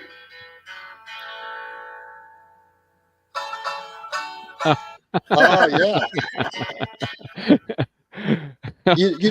Pat and Mike, I really like that actress Elizabeth Peña. Yeah. She's played obviously a lot of different movies with Latinos in it, but the movie I really liked her in too. She played a communist. It was called The Lost City that Andy Garcia directed in Korea. I don't know if you ever saw that movie. It was a great movie about when Fidel Castro took over Cuba and his family. But she was in that movie, and she was in uniform, in support of Fidel. I mean, it was really she plays a good part, and she plays a great part in this movie too. Yeah. Was Andy Garcia executed in that movie? I'm trying to remember. Was he? No, he's the only one that survived in that movie, and he was a producer of shows, in Cuba at the time in this movie. Well, he played. There was a famous one where I think he was a Cuban executed by Batista, or maybe it was the Spanish, and it was Lorca. He was a poet, I think. I can't remember which conflict it was, but hey, let's roll the scene. Helado Cruces. I think there's various racial themes, and I think we've already talked a little bit about it, but we can roll the scene. I think this is where he saves Mercedes crossing the border, and that's a big deal right now. Crossing the border, I think we all recognize that there needs to be migration. It's just what level of migration. Yes, this is when old Otis. Otis, Yeah, why did I gives do that? his Okay, yeah, all right. grandson I labeled a that wrong. history So this is lesson. the various racial themes. This is when Otis and Colonel Payne, and this is the grandson, and Otis is telling him about his hobbies and Black culture and his own research of Black culture. And he talks about the Seminole Indians. I don't know if you're up on that history, Ralph.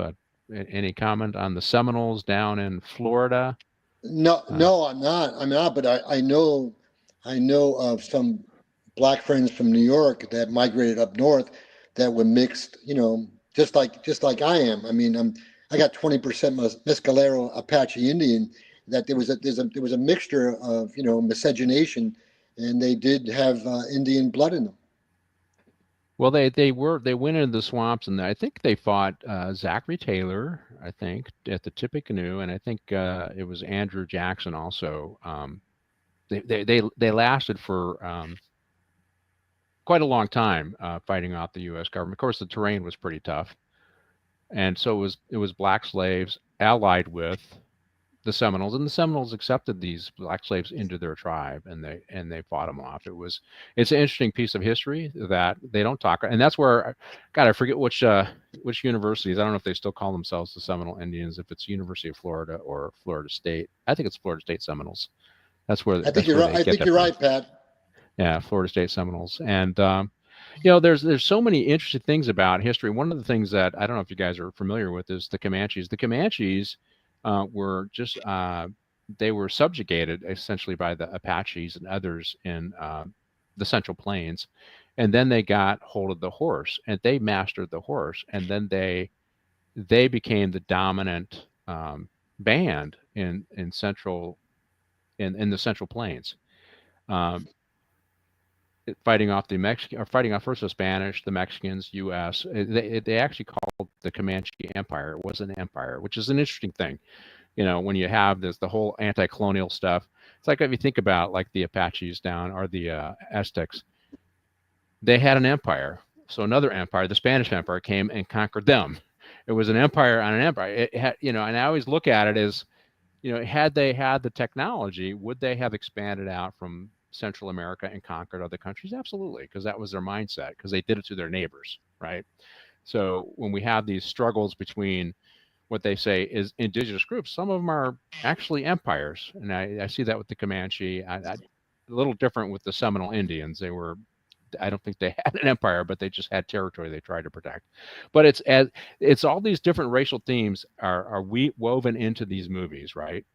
And they do. I think they pull it off pretty good.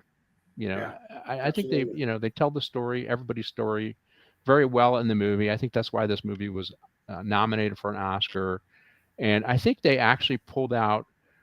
It was hope for a brighter future is how this came out, even though they were talking about difficult themes. You saw it in a positive way. That's how I kind of saw it, Mike. I don't know. Did you see it that way? Yeah, they were pointing the finger where it needed to be pointed, and hopefully things would clean up. We still hope that today. They're even some of the things you touched on, they still affect us today. Conquering other people and pushing them out. Pat and Mike, I thought they did it in a very respectful manner in regards to pointing out certain, racial issues within the movie. Even the part when, Pilar is in the classroom talking to parents and other people about, the educational programs of highlighting certain things that happened to the Mexicans and stuff like that. And I thought they did it in a very, a palatable manner within the movie. It wasn't over the top, but yet they highlighted it, and I thought that was a very, I think it was very professional manner they did it. Yeah, what I think both when we talk about the dynamics of the two fathers and son storylines, right? So 30 years later, Sam is looking at his father's behavior through the prism of today's values, right? Of the values then versus those in the 60s, right? And he wants to see his dad in that negative light. He wants to hold him up to what is the current standard that they expect a father to be, not what was acceptable in the 60s and 70s. You know what I mean? And you see the same thing with Hollis and Colonel Payne. They want to hold Hollis, who likely had a tough upbringing, probably a street kid. That he wants to hold his dad to the prism of how he sees the world today, without acknowledging it's kind of like, I talk about J.D. Vance just because he grew up essentially in a single parent family. His mom was addicted. His grandparents were alcoholics and abusive to each other, right?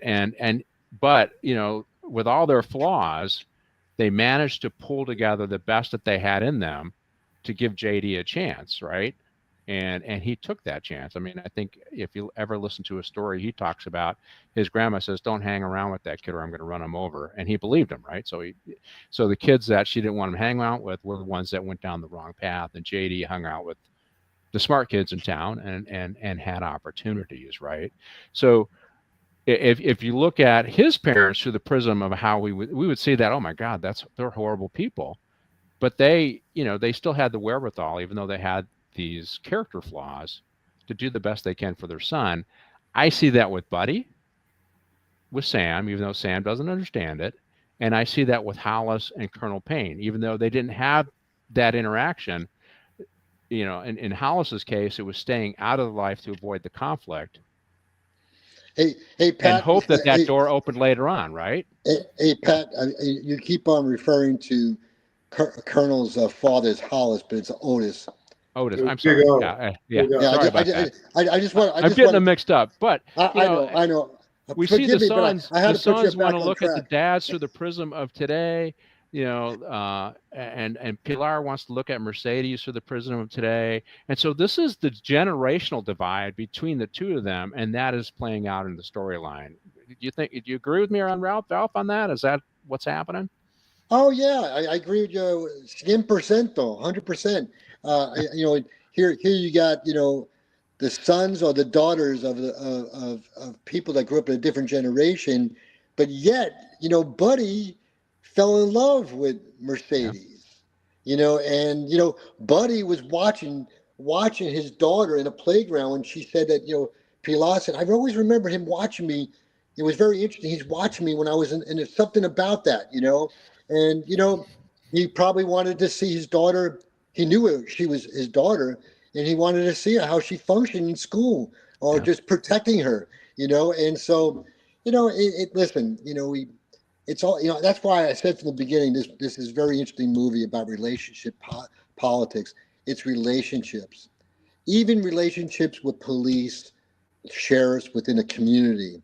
It's about, how do sheriffs or police interact on a small county with the businesses, the people in there, the traverse of illegals coming in, or the Latino population in the county during that time when Charlie Wade and Buddy was, coming to their elevation within the county as law enforcement.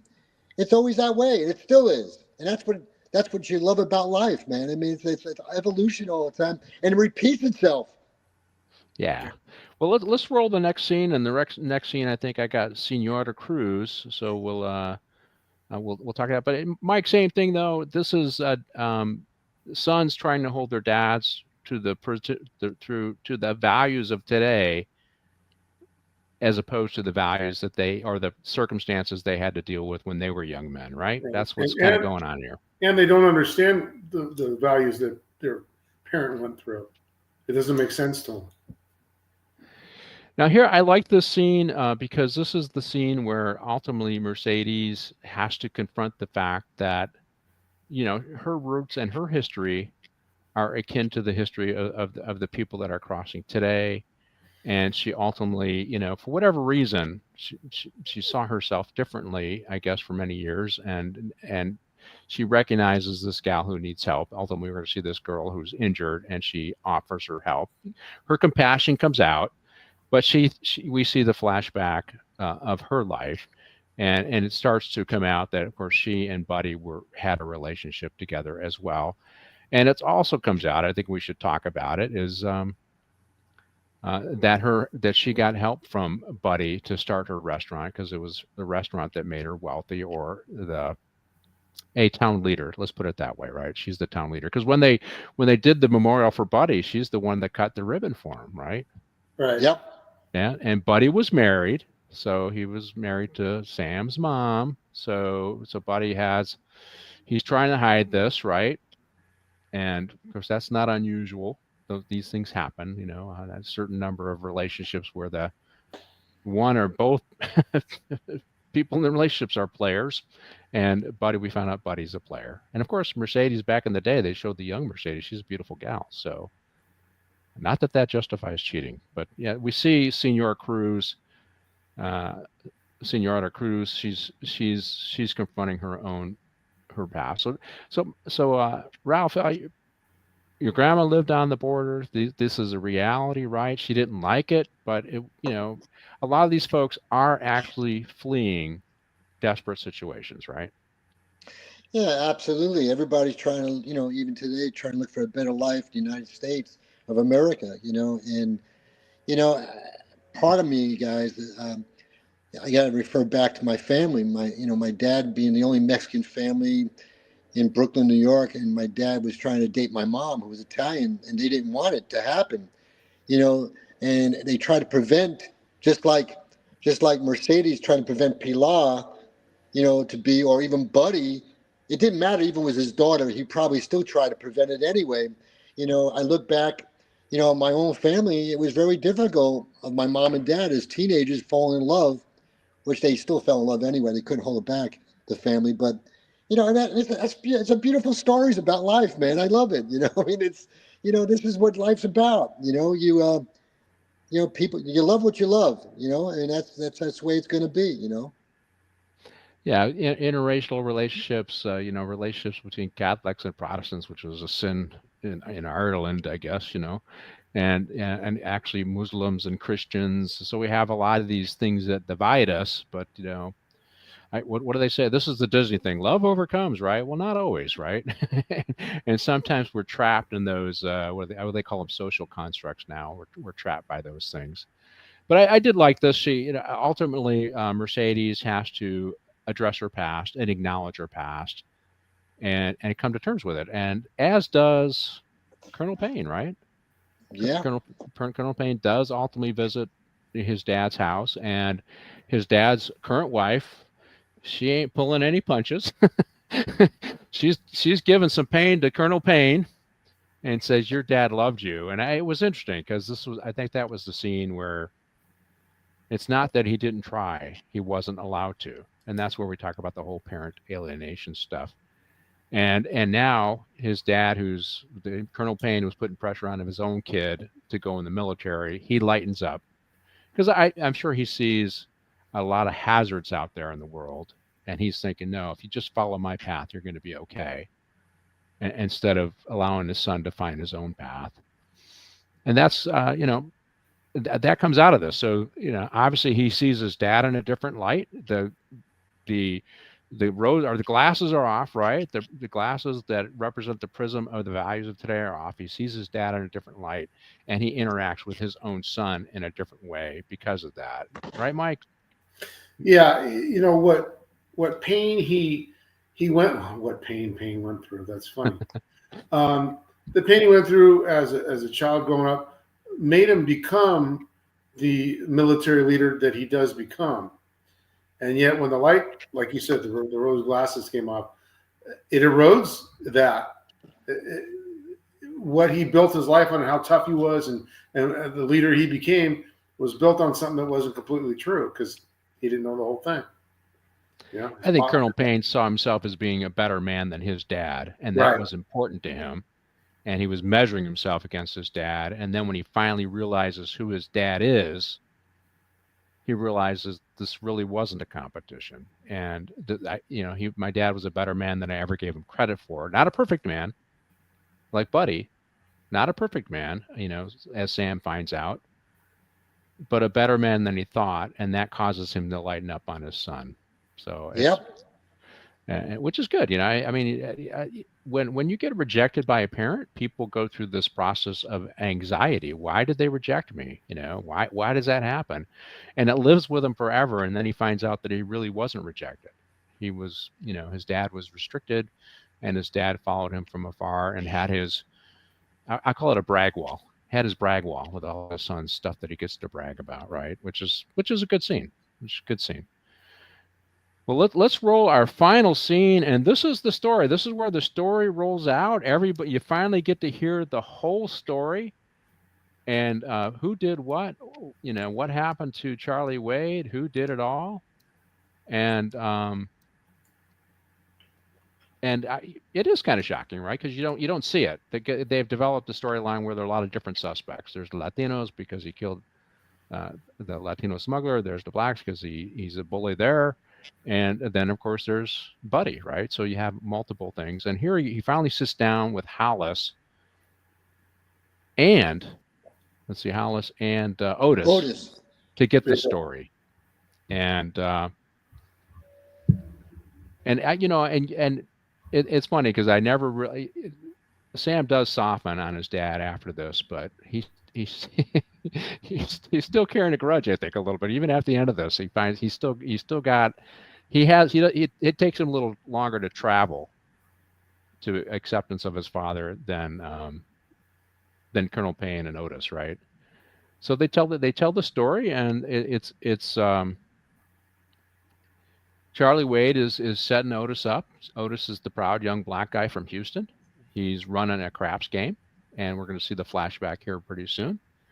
And Charlie Wade walks in, and he wants his cut, and he's going to set him up just like he did Elan. Do you have a gun? Go get the gun, and he's going to do the same thing, and then you get the surprising outcome. Without saying the outcome, Mike, were you surprised at the outcome on this? Did you expect it to be different? I was surprised because I thought someone else had done it. I did enjoy it that it was a surprise. And it finally explained a bunch more of the movie that I hadn't caught up to. And once I saw that, then it all made a lot of sense. Here's Charlie Wade coming in with Hollis. Same thing without giving away the farm there. Were you surprised at the outcome, Ralph? Yeah, I was. And I actually kind of liked the surprise. I liked the fact that, Buddy wasn't this horrific guy who was in the Korean War and was, a war hero. And it also kind of confirmed for me, the weakness of Hollis, but yet how Hollis stood up to the fact that he resented Charlie Wade's violence behavior against people who didn't deserve it. And I believe that, Hollis didn't want to see Charlie kill Otis because I believe that Hollis kind of respected Otis for what he was doing, even though it was craps and running whatever he did, but he still respected him. And I think that's what came about it. But it goes back to Sam, though.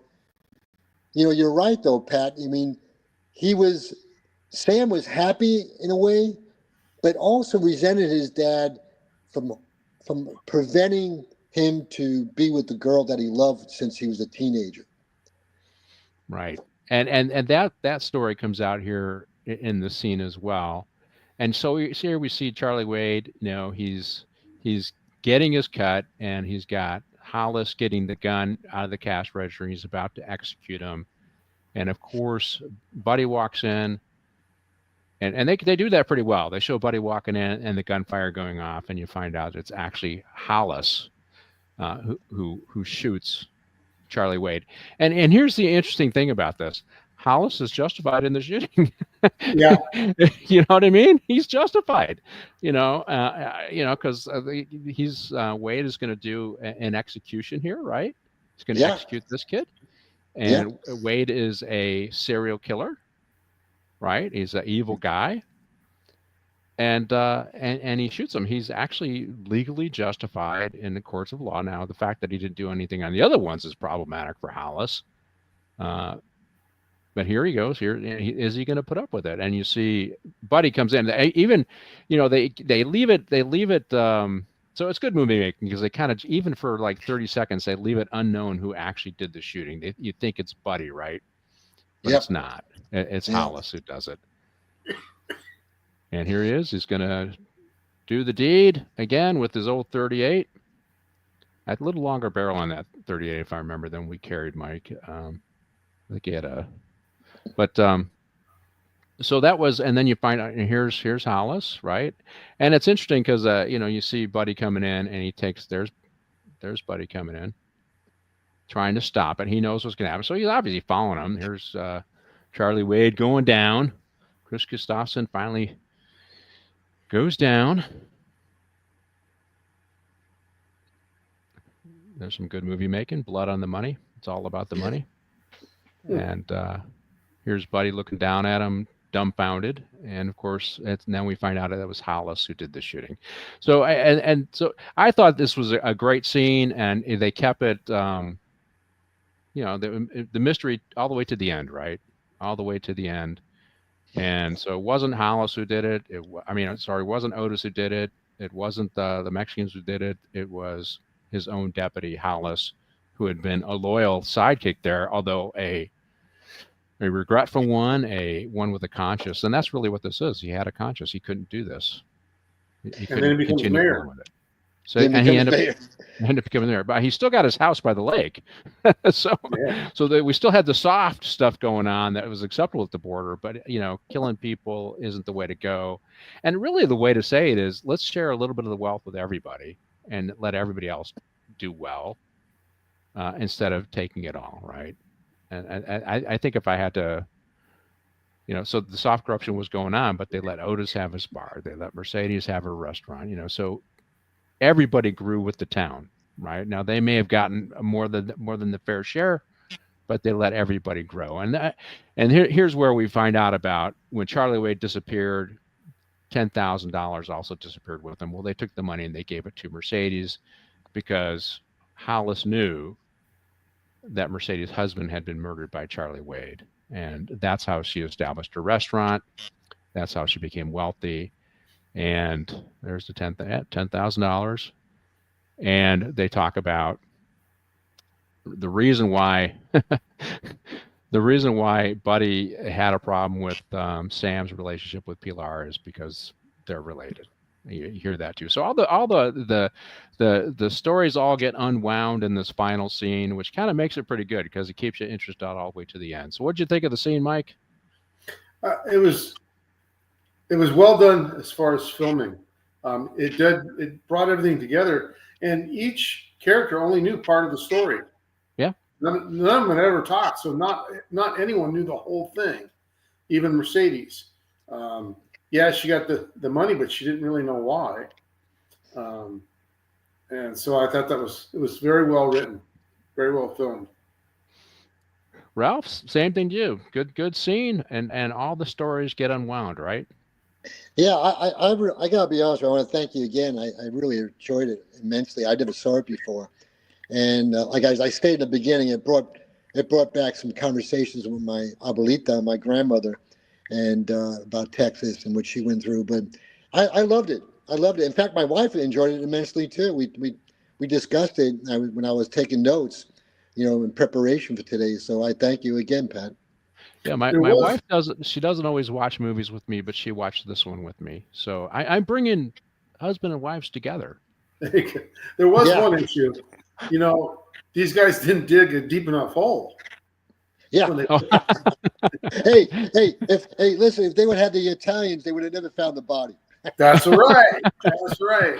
Well, then we would have had a good story, right? And here's Sam. I know. We wouldn't have found that Mason ring or the badge, believe me, Well, and Mercedes, it would have been an Italian place. Yeah. Yeah. It's interesting. They decided to stay together as a couple.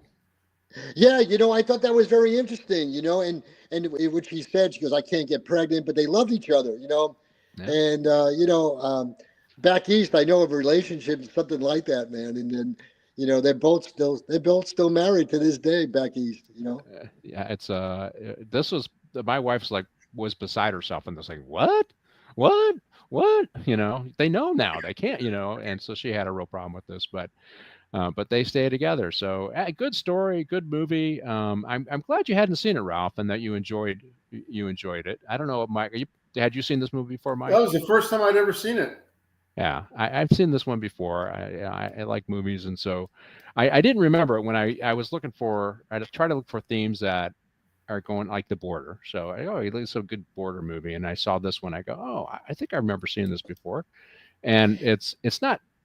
Yeah, it is a border movie, but it's more about relationships. What I thought was really a good movie. Hey, Pat. You know, not that you got to show this. I want to recommend something to you, but your birthday is February 4th. February 7th was a very memorable, not in a good way. Kiki Camarena was kidnapped February 7th, 1985. And, you know, that's what happened to him was Red Ribbon. You need to watch, both of you, on Prime. It's called The Last Narc. You need to watch The Last Narc. You know, let me, I do real life stories. I did the Granite Mountain Hot Shots recently because of the fires. And so I will look at a film talking about a real life film talking about the Kiki, not a documentary, but more of a drama one of Kiki's story, and bring you back, Ralph, for that. So we could talk about that because I think it's important. And you know, the reason why it's prime right now, what's going on, especially the president, Trump has implemented the Foreign Terrorist Organization Act on the cartels. But I got to tell you, you have to watch it. I'm not going to give it away. I want you to watch it, Pat and Mike. All right, guys, we are at the end of our show. Stick around for a quick debrief. Martin, I think we are done. Remember, folks, if you're following us on YouTube, to subscribe. If you're following us on Rumble, to follow, you follow us there, and then like the show and share with a friend. Thank you again. We'll see you next week on Morning Coffee with the Chief.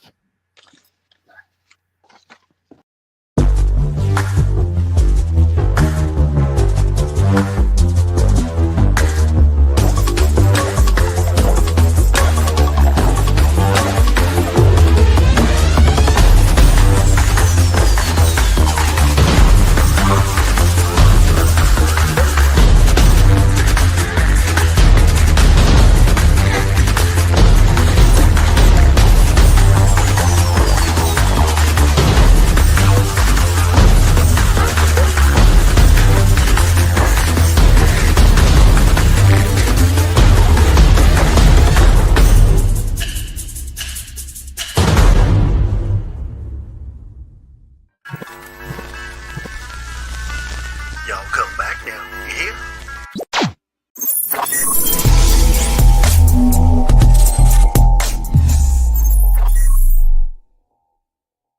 Thank you.